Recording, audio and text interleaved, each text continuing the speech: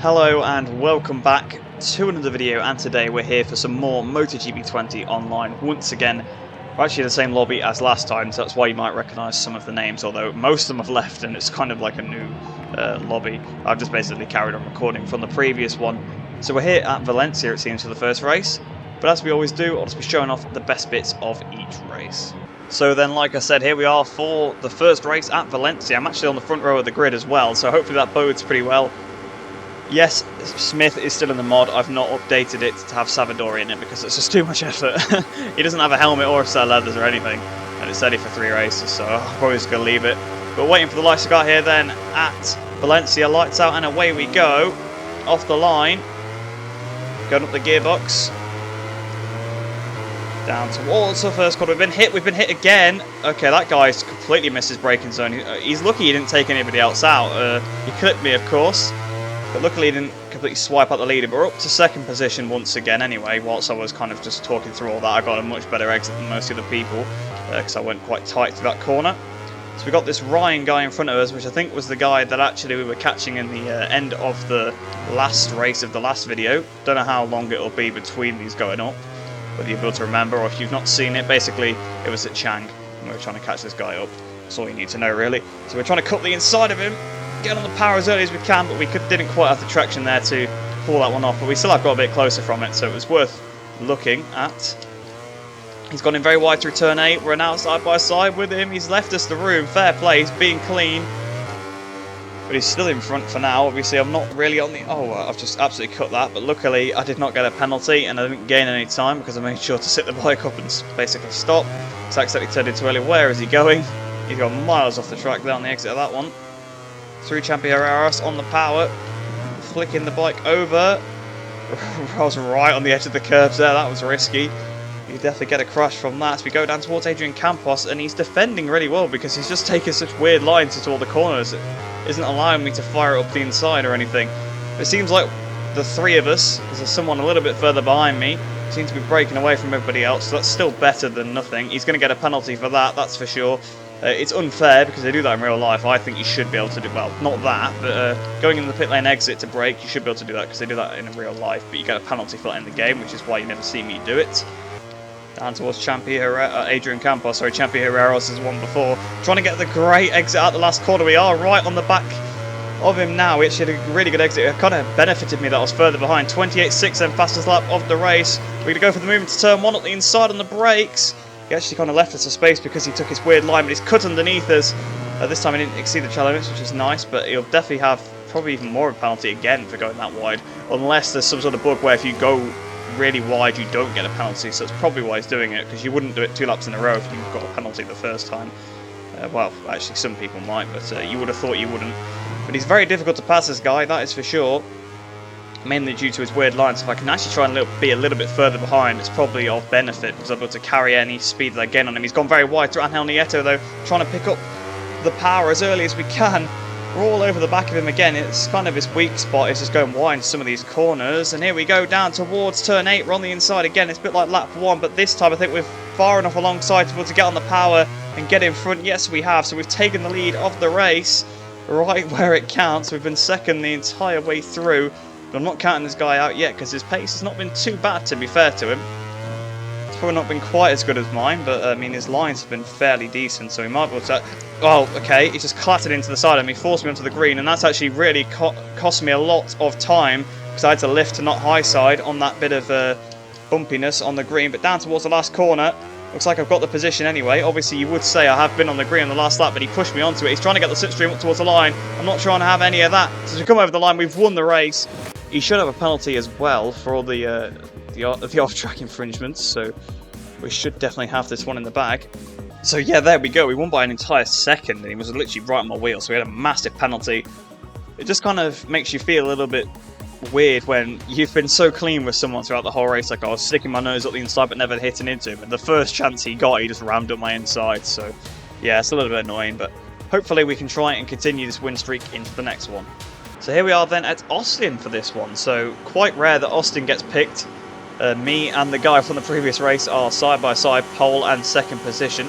So remember that he had that number on that helmet. Obviously still on the Patronus bike. down to traction control, tilt to power mode 2, waiting for the lights I got here at Austin. Lights out and away we go here. Come on, Lecuona, let's do this. We've already had a bad start compared to him. He's already got past us. We go towards the first corner, trying to brake as late as possible around the outside. No! I've been hit, but I've somehow stayed on. I don't know how.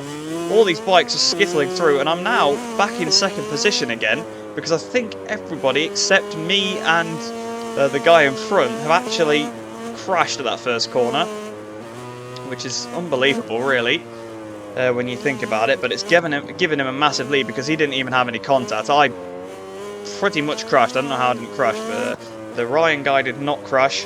So now we've got 2.5 seconds behind and 1 point something in front. So let's get my head down, see if we can catch up to him. Oh, I've crashed. I've lost the front into this corner. Very easily done. I got it hop, skipping and jumping on the way in, and that is down we go. I was too busy focused on trying to catch up to Ryan, so we're definitely out of contention for the victory now, but we're still in third place, so we can still get second because we're only a second behind David in front. So if I can get past him quickly, I'll still think about trying to hunt down the leader. He's gone very, very wide to 12. Well, I've got wide to 12 as well, but he went so wide he's hit the gravel. He's come back on, he's got the inside line. Oh, I closed up to him so much, almost actually hit into him there. He's picked up a little bit. See if we can try and get the switch back. No, we're not going to because we outbraked him by so much. Okay, where has he gone? He's absolutely disappeared. I think he might have let me through there. I'm not too sure, but if he did, thanks. 4.2 seconds now to Ryan in front though, so yeah, that the race win is totally gone unless he crashes himself.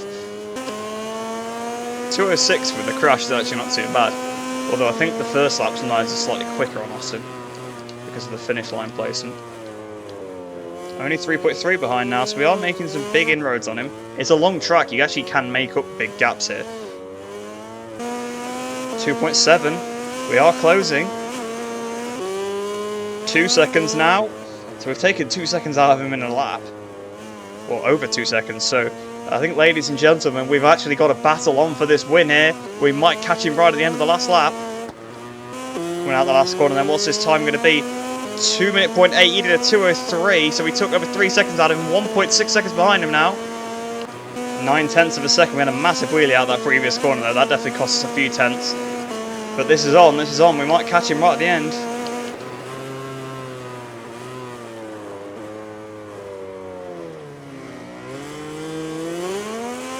Seems to be the brakes he's losing loads of time because we almost closed that gap up entirely through turn 12's braking zone.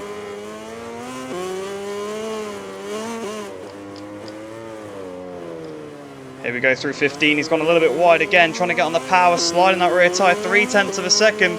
I just don't think we're going to be able to pass him because it's so difficult to pass at this circuit in this last sector. I'd ideally like to wait till the start of the next lap really if I was going to pull off a move, but we haven't got that.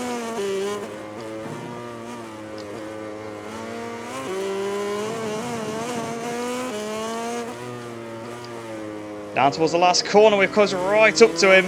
It's just not going to quite be enough, unfortunately, so it's going to be second place here at Austin. My last lap was not flawless, unfortunately. We made a couple of mistakes, but we did catch right up to him, and really, if we hadn't have had that crash, we would have won. But, of course, if we didn't get clouted at the first corner, we also probably would have won. Oh, it was so close, because he had a penalty. I was 1/10 of a second behind him. That's absolutely unbelievable. If I just hadn't ran wide in one corner or something, I would have won the race. So, yeah, that's massive, really. But if you look at the pace, we had the pace over everybody. Austin is one of those circuits where you can absolutely dominate if you don't make too many mistakes. So here we are then, this time at Austria, and the guys actually left the race now, so it should just be me fastest in the lobby, but there might be some more faster people joining. And it's Austria, so anybody can win here because everybody just goes off the track, just like at Chang. So we're waiting for the lights to go out here then at Austria for the My World Track Extension Grand Prix. Lights out and away we go. Not a bad start, but not a good one either as we go down towards the first corner. Mid-packs, it's probably not where you want to be. I've cut the corner actually, but that was probably good because the guy on the inside crashed. So a little bit of corner cut there, but we avoided the first corner crash, luckily, and that was it. There's usually a lot more carnage at the first corner here at Austria, so brake. Oh, wow. Oh. Who was that? I don't know. Some Repsol Hondas absolutely rammed somebody else at the back, and then whilst I was looking at that, someone just hit into me as well. So it's unfortunate, but that's Austria for you. So down to 6th place.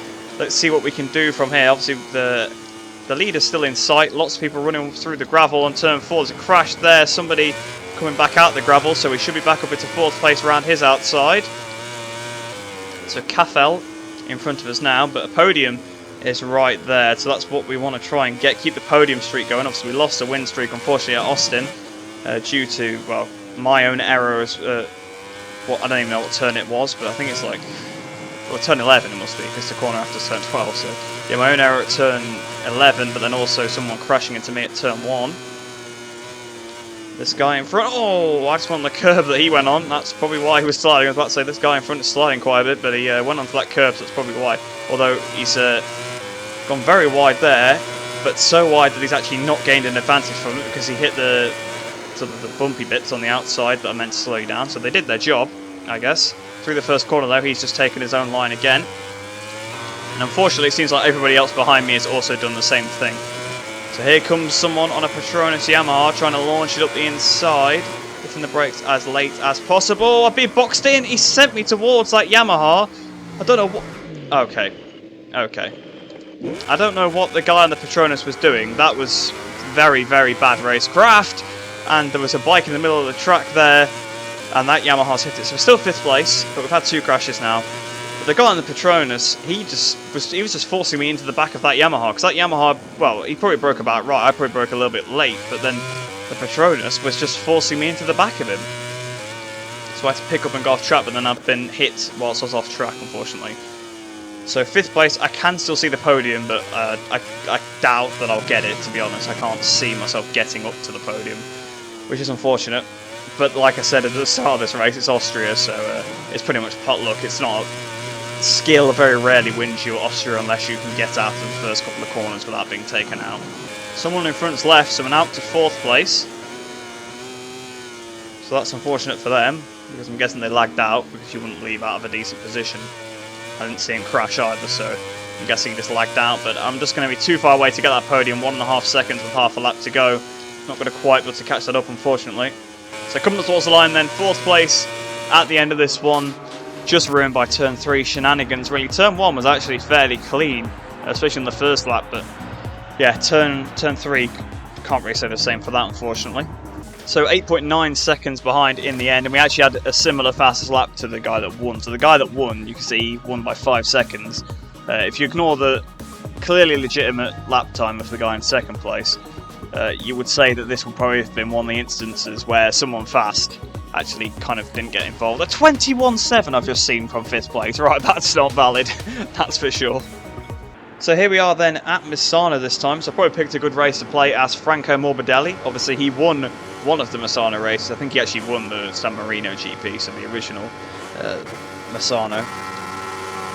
Yeah, because he won the first one, which was Misano. So we're waiting for the lights to go out here then at Misano. I've said Misano way too many times. Lights out and away we go.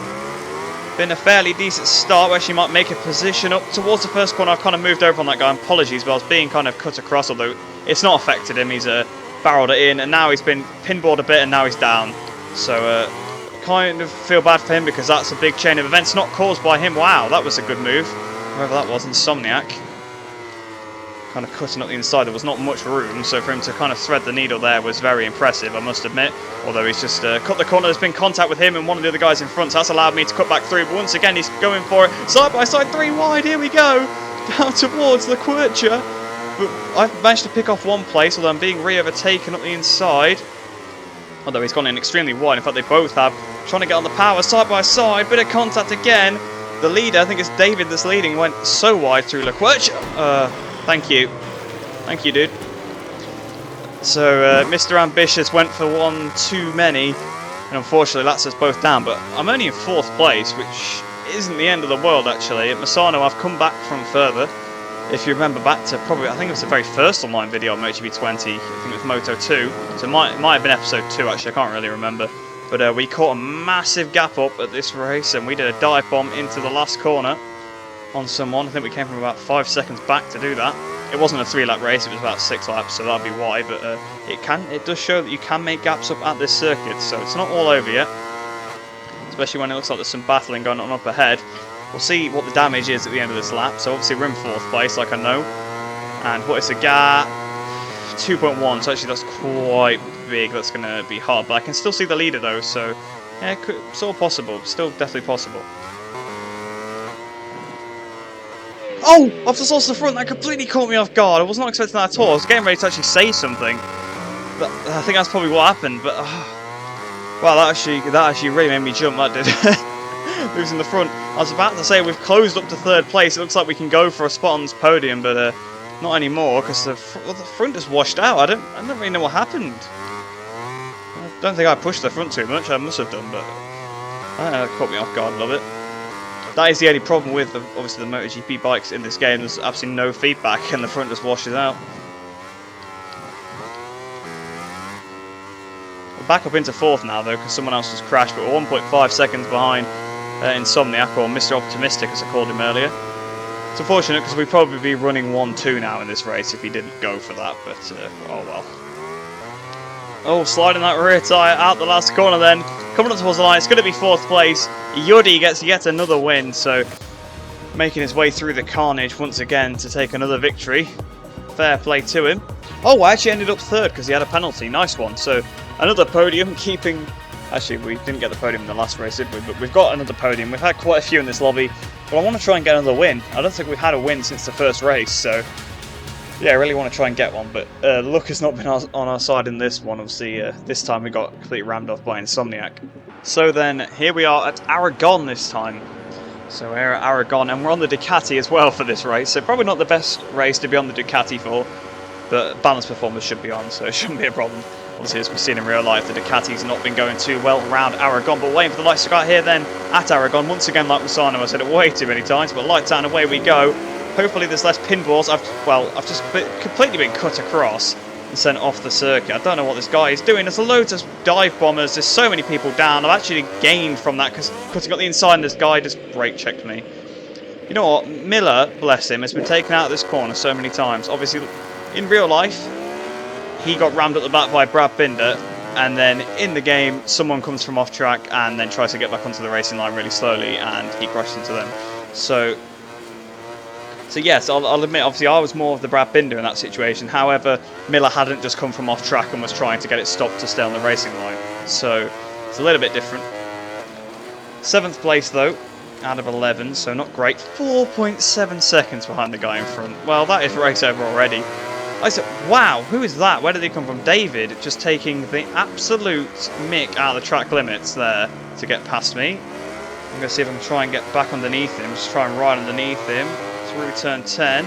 It's not going to quite work, and no, of course not. You can't really expect David to give you space on the inside, can you? Right.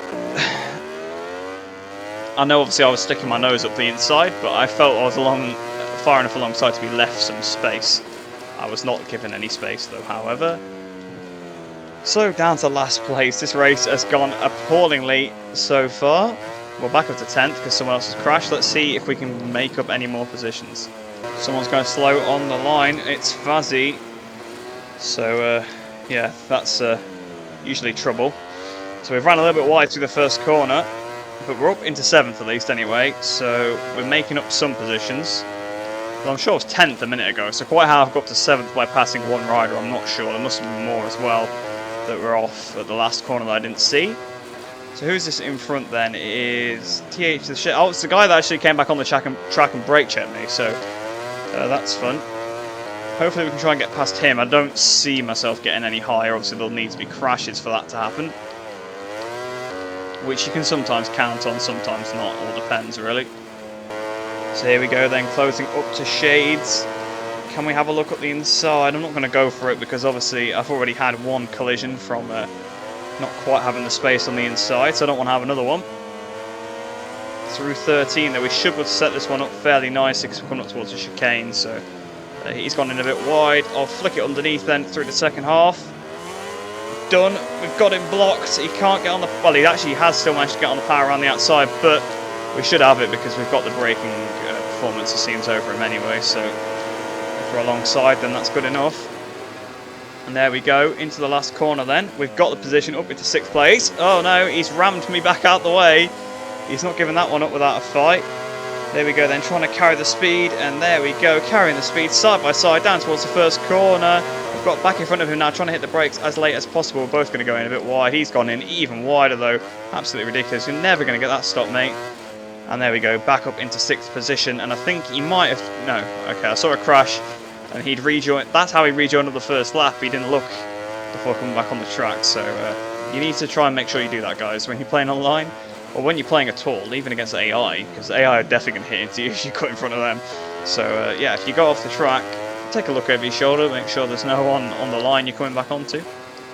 Oh, someone in front of us, someone's crashed. I think it's Insomniac. I think I saw Insomniac had crashed, but I didn't realise he was going to lose that much time from a crash, because there was 6 seconds to the next guy, so I didn't think that even if I crashed I'd be within range. We're only 1.2 behind, which is too much to catch obviously, but it's interesting that there's actually someone near me now. The rear tyre is extremely hot, so a hard tyre would have been the better option for this circuit, it seems. So through turns 14 then, flicking the bike over for 15. Trying to get on the power again, sliding the rear tyre. Look at how hot it is. It is 126 and then 120. It's 125 all over now. Yudi wins yet again, so he's wiping the floor with this lobby. He's got a lot of luck on his side, that's for sure, because he's not been taken out, I don't think. Or at least if he has, it's only been once. But here we go then, out the last corner, coming up towards the line. It's going to be 6th place here in Aragon. Not a great result, so let's see what we can do in the final race. I'm hoping that we can try and get something decent. So then, in the end, we were 17 seconds off, so a massive amount off from 46. As my fastest lap actually isn't too bad, so, you know, yeah, my pace wasn't as good as some of the leaders, to be fair, anyway, but we got took out, so I didn't even have a shot at the podium. So then, here we are for the final race of the episode. We're actually at Malaysia, which is a track that usually goes pretty well for me, but, you know, I'm probably going to get taken out again, but I'm really hoping I don't. Front row of the grid is actually prime taking out position here at Malaysia, because people forget how to brake for the first corner. So lights out and away we go off the line, trying to get a fairly decent stop. We're up to 2nd, so we've gained a position. Dim is absolutely gone. Don't know what setup he's got on, but it's definitely made to get a good start. So we go for the first corner then. Loads of people diving up the inside. There's a Honda on my inside as well. I've run it a little bit. Yeah, see, that's what I mean. I don't know who that was. I absolutely barreled it in, but 2 Repsol Hondas both crashed because one just was literally still full throttle. So people always dive from you into the first corner, and to think if I'd tried to get the cutback on that Honda, I would have been taken out as well, so good job I didn't. We're hitting the brakes and someone's looking at the inside again into turn 4. I had to leave him a bit of space. That's put me on a bit of a compromised line, not going to lie, although I think I've just heard him crash behind. Yeah, it was a Patronus, so it was probably him. So Dim is the guy out front leading, and he's had fairly decent pace throughout this lobby. I've been noticing him there or thereabouts. He was actually in the previous lobby, if you remember, pretty much the only time he featured was in the very first race. Argentina, we had a battle with him. We go through turn 13, penultimate turn. I would look up the inside if it was the last lap, but no point, because you just get such a bad drive from it anyway, although I've got a bad drive as it is, and my hard tyre has not got the temperature in it yet to give me the good edge grip, so we actually lost quite a bit of time to him there.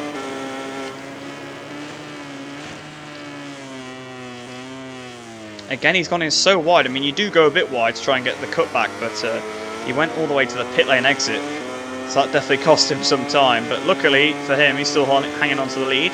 2:03.8 on that first lap. We've got a bit of a gap behind. I don't know what it is though, because it doesn't tell you. It just tells you the gap in front when you go over the line. Unless obviously you're leading and then it tells you the gap behind. So we're looking at the inside. Oh, that was close, that one. 1.3 behind, and it's Fazzy behind, so I want to try and get this move done then. Through turn 4, he's gone very wide, trying to pick up the bike on the power. Can we have a look at the inside into this left-hander? We should be able to. Ooh, I had to back out because he was not leaving me any space, which obviously he doesn't have to. Sometimes though, when you see someone on the inside, it is probably a good idea to leave them a bit of room.